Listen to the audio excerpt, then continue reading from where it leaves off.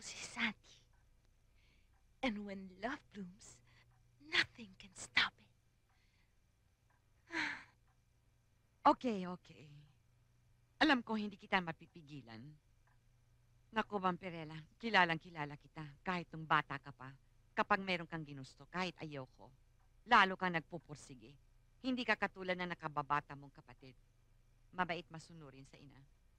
Of course, Mommy. Kaya naman siguro, mas malaking ipamamana niyo sa akin. Diba, Mommy dearest? Yan ang isa pang gusto ko sa'yo. Materialistic ka.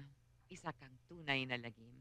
Anyway, total, hindi na kita mapipigilan, Vampirella.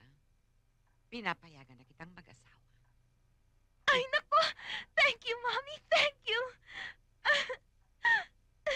I love you! I love you too, Mami. Teka muna, Vampirella. Hindi pa ako tapos sa'yo. Payag na ako na magpakasal ka sa kutong lupang ito. Pero meron akong mga kondisyones. Ano yun, Mami? Una, sa petsa ng iyong kasal, kailangan sa kabilugan ng buwan kayo ikasal.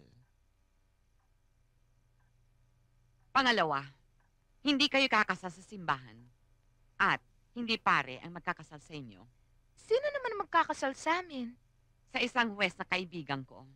At dito sa hardin gaganapin ang kasal. At pangatlo, pagkatapos ng kasal, kayong mag-asawa ay dito manindirahan sa mansyon. Teka muna, Doña Medusa. At bakit? Ang gusto ko, pagkatapos ng kasal namin ni Bumpy, sa bahay ko siya titira.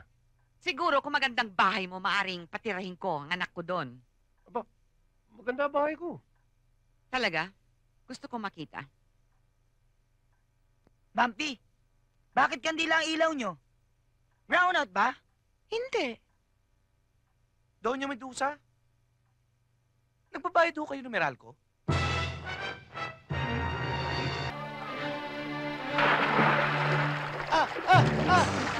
Agoy! Uy! Ano? Uy! Nalulunod ako! Ano? Tulungan mo! Tulungan mo ako! Nalulunod ka! Sandali! Sige!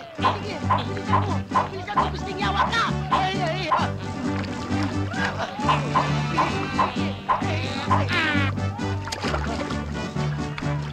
Hilay mo! Sige! Hilay mo lang ako!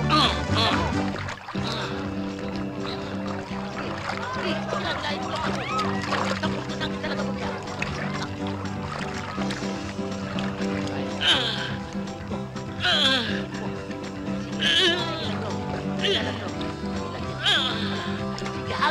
Hangin! Hindi ako makahinga. Dali! Ang hirap ko! Unggoy na ito, hindi na ako makahinga! Hayop ka! Anong ginawa mo sa akin? Hindi. Walang iya talaga ka! Nakita na mo isang magandang nalulunod. Pero hindi mo pa rin sinasagip. Nasa ilalong na ako ng tubig. Hindi mo ba... Ano yan?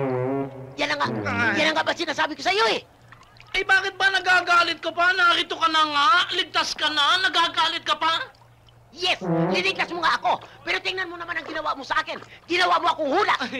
Pasensya ka na. Wala nang ibang paraan ha? Ano ba? Ala na ngang ibang paraan talaga eh. Wala naman talaga ibang paraan eh. Kaya, ikaw na ang gumawa ng paraan sa iyong sarili. Ihulog na kita. Hala! Hindi ako marunong lumangoy!